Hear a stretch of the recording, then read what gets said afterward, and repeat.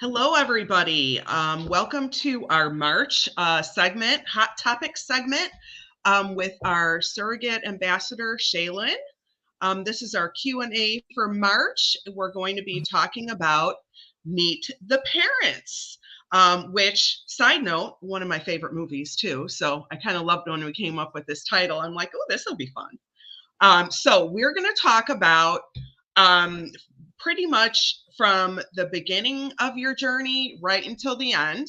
Shalyn just delivered with us last week, so it's nice and fresh in your head, which is perfect timing for this Q&A. So Shalyn, if you want to start us off, just how did you know when you had your match meeting that the IPs were right for you?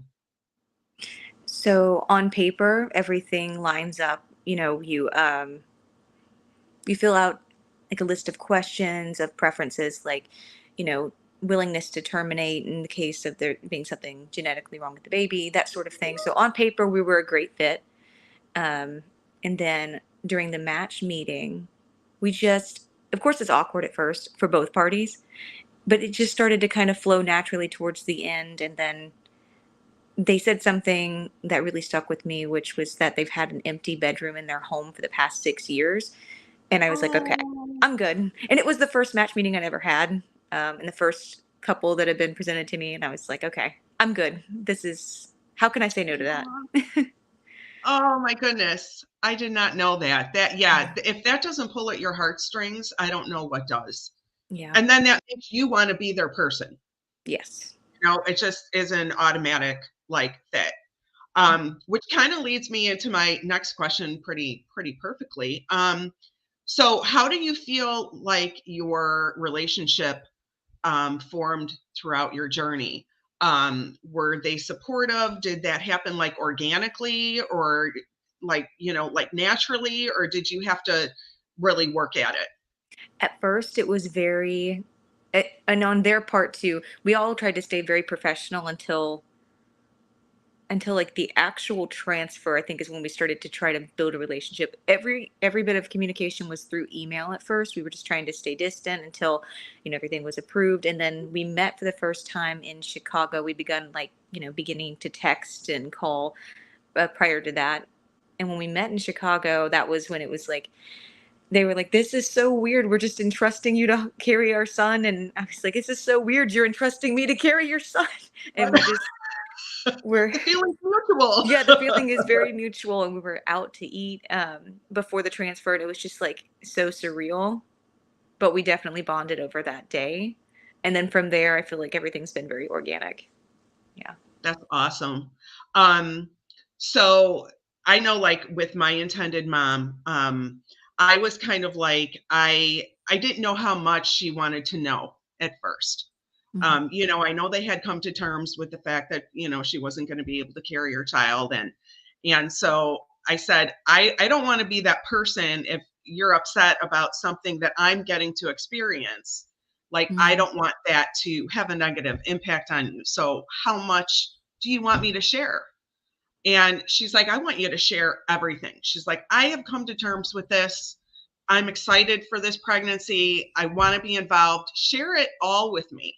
And so that's what I did. Did you have any kind of conversations like that? Yeah, I feel like we kind of went through our like during the initial match meeting, and then really at that sit down in Chicago before the transfer is when we did the most talking, because I was curious. I knew that you could get a positive pregnancy test pretty quickly after a transfer, and I wanted to know whether or Mhm. not they wanted to know from me, or if they wanted to wait on the blood test. And they wanted to wait on the blood test, so that's kind of where that conversation began of how much do you want to. She wants to be super involved, but they my intended mom and then also my intended dad, they did not want to get their hopes up. They were very like the whole first trimester, they were very hesitant to get any news from me. They wanted it from a doctor, right? But then afterward, they were much Understandably more, so. Yeah. yeah. That's awesome. Yeah, I feel like if you build that mutual trust and respect with each Hmm. other from the beginning and you both kind of go into it wanting the same things, having the same expectations, Hmm. kind of makes that a little bit easier, Yeah, you I definitely feel. need to talk about the wants and the Yeah. won'ts and the will, openness to like in the middle. I will, but I don't want to necessarily. Those things. So now that you brought that up, what were some of your wants, won'ts, and needs? So I didn't have too many won'ts. I was open to a relationship with intended parents that weren't as open as the one I have. That was a will, I think. I had put down that I was willing to have no communication and I was willing to have very open communication. I'm really glad I ended up having very open communication. I think I'll make that a must have in my next journey, having experienced it. Um, but besides that, I was pretty open to, most medical procedures. I was willing to carry multiples. I was pretty open minded in this whole thing. I think that's kind of your personality too, at least Hmm. kind of how I've gotten to know you through this whole journey is that you just seem really kind of go with the flow Yeah. kind of person, like not too much really upsets you or get your goat. Like you're just kind of a go with the flow kind of person, but not scared to stand up for yourself if there's really something that is Yeah. important. I guess the one thing that was like a must have for me was because now that I think about it, was I wasn't willing to carry for a couple that was going to like be anti-vax. That just wasn't something I was cool with. And I wanted to make sure that they were okay with me having a unnatural birth. Like I wanted my epidural. I was very Good for you. yes. So those And were my must-haves. I love that's medicine. so funny because it's usually the opposite. Really? It's usually, well, a lot of times it's I want to work with a midwife. I want this. I don't want that. And the Mm-mm. intended parents are like, oh my gosh, we want to make sure you're in the hospital and you're like, like, so I that's kind of love the funny that it was, hospital. I love the I hospital. do I love too. the I do too. anesthesiologist. Yes, I do too. I personally, and I have no judgment towards anybody who doesn't. I'm really kind of one of those you birth how you want to birth kind of people. Who am I to tell you what to do? But me personally, I need to be where I know there are drugs that can help me, Hmm. and there are people there that know what to do if something Yeah. happens. And I know midwives are and they're trained and everything, so don't get me wrong, but that's just my comfort level. I Yeah. need all the things. And I actually do really well. Like I almost miss the epidural each time I've given birth, but like I don't want to get to the part that my mother-in-law, who had all three of her kids naturally, calls like the ring of fire. I'm good. I'm good on Yeah, that yeah. extreme. I don't want to know what that really is all about. So now that we started talking about delivery, okay, Mhm. well, let's go back just a little bit. So what are a few things that your intended parents maybe did throughout the course of your journey to help support you and just kind of go through it with you? I feel like what didn't they do? And post delivery, I just feel so guilty for not having as much free time as they did to reach out to me. They were not in constant communication, but I felt like we were constantly texting back and forth. Weekly to bi-weekly calls were really nice to just touch base and see how everyone's feeling. They were at every single appointment virtually, and then a few in person actually when they were in town a couple of times. They did a hospital tour with me. Like they flew in for that hospital tour. I think that was really helpful and put everyone at ease. Um, I'm sure they were really excited about that because oh, that's they kind of were. like when you do that, then you're like, oh my God, this is really happening. Like this is going to Yes. happen. And it made We're us all getting feel our so much more baby. comfortable because I've never had a scheduled induction. So it was like seeing the process beforehand was awesome. Yeah, just communication. And they were so sweet. Anytime one time I told them, oh, I've been craving soup. Like, it was just one of those pregnancy cravings. And they sent me a soup box in the mail. It was so sweet. That is So, so sweet and yeah. healthy. Yeah. I loved vegetable soup. That was my thing during this pregnancy. So, which is perfect. Yeah. So now that you've kind of opened the door to the hospital tour and um, delivery, let's talk about the big day. So everybody, there's been so much going into getting you to this final day, a year of your time of medical clearance and legal clearance and transfers, and now you're finally here to have Mhm. your moment with them. Talk us through how how that day looked, how that day went. and what it was like. I'm putting it all on you right now. No, you're And what it fine. was like, I always talk about that moment. Like sometimes I cry too when I talk about it too. So I hope I don't start crying. No, you're But fine. when you have that moment when everything you've been working towards, and you finally see your intended parents hold their baby. Mm-hmm. So walk us through, ignore me, and walk us through your delivery and your hospital visit and how that went. Yeah, so we had this scheduled so late at night. It was 11:45 at night. Everyone had been on pins and needles all day. They're in town. We're just also in town in Greensboro, North Carolina. We're sitting here all trying to sleep, occasionally texting each other, "Y'all slept yet?" Nope. We can't sleep. And going to the hospital all exhausted, right? And it's so surreally like checking into a hotel. Like you're just checking in. It's like no big deal. You're about to meet your son tomorrow, but no big deal. Go in. Now, we had a little bit of a scare when we came in, because we were, I'm just being put on the IV, right? And they're checking out his heart rate, and he has a low heart rate. And so he gave us a good little scare, and until 3 a.m. we had to be monitored to make sure he didn't do that again. But then we were Okay. able to get Pitocin going. Did he have like a little dip? Like He a little did. He dip had a in his couple heart rate? little Yeah. dips. So he was being a little fussy because probably honestly because I was laying on my back so long getting I'm hard to stick. So Okay. I had to lay back for a while. But anywho, that scared us. But the intended parents had their own room. We were in the other room. We were all trying to just stay relaxed as possible. Once we got past that period, we started Pitocin, took a little nap.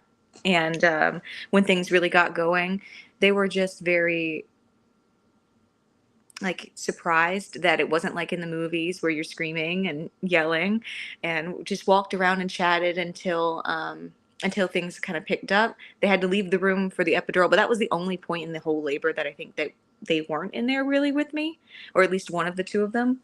Let's see. And then from there, we just kind of them and my husband all kind of hung out until my epidural broke on one side, which is what happened with my first actually as well. And I was like, I think things are picking up. You might want to check. And it was, yeah, we went ahead and broke my water. And then of course he was crowning like what felt like 30 minutes later, 30 minutes of pushing, they met their son. And that moment I'm never going to forget. And I have so many photos and I thank goodness for that. It was just, she got to immediately do skin to skin and he cut the cord. And they just thanked me for carrying their son, and it was just beautiful. And my husband held my hand while I got stitched up, and that was it. I mean, that was that's the it. moment. Yeah. Yeah, I And started to give it like a step by step, but yeah, no, but that's it. I mean, it's all of the things, and then the moment's just there. I know. And then they stayed in the room for the first 30 minutes, just skin to skin with their baby, and while I was being fixed up, and then we separated, and I saw them again the next day before leaving the hospital because I got discharged. I don't have a newborn to take care of. Right. You're like, And I'm thank out of goodness here. it was natural. But yeah, we went and saw them before we went home, and they were just doing beautifully. So happy they have their baby. Yes, and he's so Yay. handsome. Of course he is. I'm going to need to be seeing more of those pictures, so you're going to have to text them to me. Okay, I won't share them, I promise. you're good. So what kinds of things, I know you said they were with you in Mhm. the room the whole time. So did they do anything special to support you, or were they just kind of giving you your space and letting you do your thing? And it sounds like it was all very peaceful. It was very peaceful. Yeah, there was no moments of yelling or anything like that. Um, Relatively non-painful, actually. I don't, as birth goes. But we were. I was really just having my own space. I mean, I walked around in circles for a few hours, and we just kind of chatted. And I think something that really touched me was that my husband was holding one arm, and Janet, my intended mom, was holding the other, while I was pushing him out. I think just being there and not leaving the room. For me, I think if they had not been in the room when he was born, it would have been very odd. I think just being in the room while this all was happening and just constantly talking and hanging out until they met their son was important to me. Oh, 100%. Yeah. I kind of wanted, obviously, I wanted the same thing. Mine ended up in a C-section, which I knew was on the table since I had a C-section with my daughters. And my surrogate baby ended up being fairly large. So I'm kind of not disappointed about that C-section now, but Yeah. at the time, the hospital, my husband had run home to, take care of my girls. And that was when they were like, okay, we're going to do this, folks. Like, it's been too, we have to do this like now. And I pleaded with the nurse in charge. I was like, can you please let them both come in? I'm like, I know it's only supposed to be one person, but they waited so long for this baby. And, I turn on the tears and everything. And I'm like, please. And they let them both be in there. Oh. So, yeah. So, which was really all I wanted. I kind of missed some of that because I was a little out of it. And obviously, but I could hear them with her. And I was like, oh, that's good enough for me. That's good. That was awesome. I didn't get to see it, but I heard it. So that was really cool. So now that they have their baby, you've done this. How does it feel? How do you feel when you see them together and they're sending you pictures? And obviously you're so proud of yourself, as you should be. But how does that make you feel about what you did? Yeah, so the first couple of days were crazy. I feel like because you're in like this you're hormonal, right? You're in pain and recovering in the hospital. I was like, with my husband, and it was so surreal to be postpartum without the baby. Then every time I see them, I'm like, this makes so much, it just makes sense. It felt right. Oh. And now with them being back home, just getting the occasional updates. It's funny. I don't. People always said to me like during the pregnancy, "Are you going to miss the baby?" No, oddly enough, I really miss the parents. Same. I was the same. Yeah, I'm like I feel Yep, like I've got separation anxiety from them because I've been same. so used to having this constant communication with them that I am trying to be good and give them their space to like learn their routine with their son. But yeah, no, I miss them. Like I don't miss. I mean, I don't know the You baby. don't sound bad. You don't sound bad saying that because I would say the same thing. I'm like, I don't miss the baby. Hmm. Obviously, you love the baby. You care for Hmm. them just as you would your own children while you're carrying them. But honestly, it's true. Once they're out, it's a whole different feeling. Yeah, it's a whole different Yeah, thing. Really, I miss the relationship we've built together, but thankfully we're staying in touch and we've talked. I mean, even this, we talked yesterday. Um, good. but yeah, it's hard letting that go. Like something you've built up and worked towards for so long, Right. letting that go is hard. But Right. now I'm a week later, I'm feeling great and stupidly excited for like another journey. I'm like, Shalyn, calm down, you know, take Yay. time to Don't rest and calm down, heal. Shalyn. No. Heal up, don't Yeah. rush into You do need it. time. You Yeah. do need time. But I feel the same. Like it was like because they become a part of your routine, Yeah. and now when that's gone, it's like I mourned the loss of my IPs. Yeah. And I don't like they're still there, but that constant contact Mhm. um that I had. And I think it's important to work on that relationship from the very beginning, building up that mutual trust, that mutual respect, um, deciding what kind of communication you want and don't want. Those are all really important discussions to have, I think, when you're getting to know Yeah. your IPs and having your match meetings. And yeah. So reflect. I know we kind of have already, but we're going to do it again. Kind of reflect on your whole journey, the entire journey from beginning to end as a whole. Mhm. What would you do differently and what would you do the same? Differently. I would have a little bit more patience because I've learned it's a very long process, and that's okay. Um, I would have jumped on getting some things done quicker though. So when I had my medical clearance, I had to have a polyp removed, and that was a very long process. I wish I had been more on the process. I didn't realize just how long it takes to get into a doctor and that sort of thing and recovery. I wish I would have taken some more time in the legal process rather than just trying to rush through the contract and just be, Mhm. yeah. What Uh, would you have changed in the legal the only contract? thing I would have changed is I wouldn't have put in there that I wanted to like standard I think is like $1 per ounce for my breast milk, which I am pumping for them. Um, but I didn't actually care to charge them for that. Like that's something I'm actually giving them now. And just based off of reading the contract, they had made the decision to do formula. I'm sure it's not entirely based off of that, but I reached out to them like a couple of days ago because I've been pumping just for donation, and I said, I hope you guys know that I would give this to you, like gift it to you.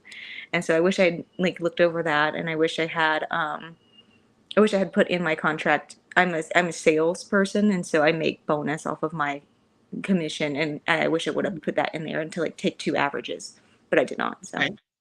yeah. So little notes for next time. Yeah, little notes for next time. But besides that, I don't think I would change too much. Just like I said, I would make sure that my relationship with the parents would be open communication. I was open to both. Now I'm not. I want open communication and not a relationship that's going to end as soon as the baby is with them. Did you request somebody local, or were you open-minded to somebody if they weren't as close as yours were? It, being Mhm. able to be there and Yeah, so I was open to locations, all different locations. That's a good point, though. I have actually decided I would not be willing to do an international journey over the course of this because communication is so important to me. And while it sounds really neat to learn a new culture through this, I think that it's a very vulnerable time. And for me, I wouldn't want to have the cultural differences be something that stands in the way of our relationship. So that's something I've learned I don't want. that makes sense. That Yeah. makes sense. When you filled out your profile, were you strictly wanting to work with a heterosexual couple? Oh no, I was open to all, You were open including to like everything? singles. Yeah, yeah. Okay, just curious. Some people are very, I wanted a heterosexual couple because I wanted to help another woman become a mother. Hmm. But there's a lot of people that want same-sex couples. And so I was just curious what your preference No, was, for but me, I'm open to both. I will say I always felt closer to my intended mom, of course. Um, yeah. the intended dad was great. He's always been a little bit more awkward about the situation, but that's why it was so nice to me when he came over right after he held his, or he saw his son and he thanked me, and I, Aw, oh, so that is very sweet. I know. I think it's always like that, though. I think you're always a little bit closer to the intended mom. I was too. yeah, Loved my intended dad. Loved him, to death. But yet you're just always a little bit closer. I don't know. Maybe because we're both women. I yeah. don't know. I feel like Yeah. maybe because we're both women, yeah. I was glad to see him kind of calm down about being in the delivery room. I felt like he gave me the most space during, and then by the end, he had his camera out and he was like Right. looking. As And soon, you were like, stay up here, buddy. no, Stay up I was here. like, it's fine. I told him it was fine. As soon as they said, "Oh, he's got a full set of hair, like he's got hair," we were looking down. You were like, oh, okay. So now we're doing this. Now Okay. we're comfortable. Now I feel very close to you. Hmm. That's so funny. Yeah. Other surrogates listening in on us today, what kind of pieces of advice would you offer regarding the matching process, meeting your IPs, delivery, and beyond? Hmm. Just have the conversation of what you want and what you won't do and what you will do, and just hear them out on their wants if they aren't um in your wants. If they're in your will, be open to it, and same to them, hopefully. um Besides that, just have more patience. It's going to happen and it's going to fly by. Just take your time through each step. As frustrating as that might seem, because you just want to be pregnant yesterday. Yeah. Right. And I think that's kind of a misconception. Like I think some people feel like they're going to sign up and oh my God, well, I don't want to be pregnant in 3 months. Well, guess what? You're not going to be You're not pregnant going to in be. 3 months.